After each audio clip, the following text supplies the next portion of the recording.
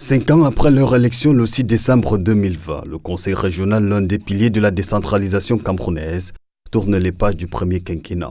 Près de 60 mois sur le terrain avaient pour mission assignée permettre aux populations de participer directement à la gestion des affaires locales et rapprocher l'administration des administrés.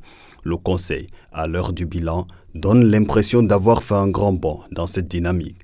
Tenez, avec 242 salles de classe construites dans les lycées et collèges pour la seule année 2023, 12 000 tables bancs distribuées, l'extrême nord a fait du progrès en matière d'éducation. Sur une autre voie, la région du Nord se réjouit des aménagements des routes et du désenclavement de ses bassins de production.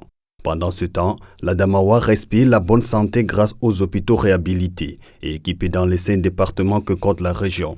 Avec cet engin de génie civil acquis en 2024, l'Est a aussi effacé une bonne partie du tableau sombre sur le désenclavement et mise désormais sur un avenir radieux. À côté de la région du Soleil Levant, le centre a fait de ce quinquennat le mandat du renforcement des offres, des services sociaux de base et du soutien au développement économique. Un même langage est tenu dans le Sud où Emmanuel Mvé et son équipe ont mis l'accent sur l'agriculture et l'éducation de la jeunesse.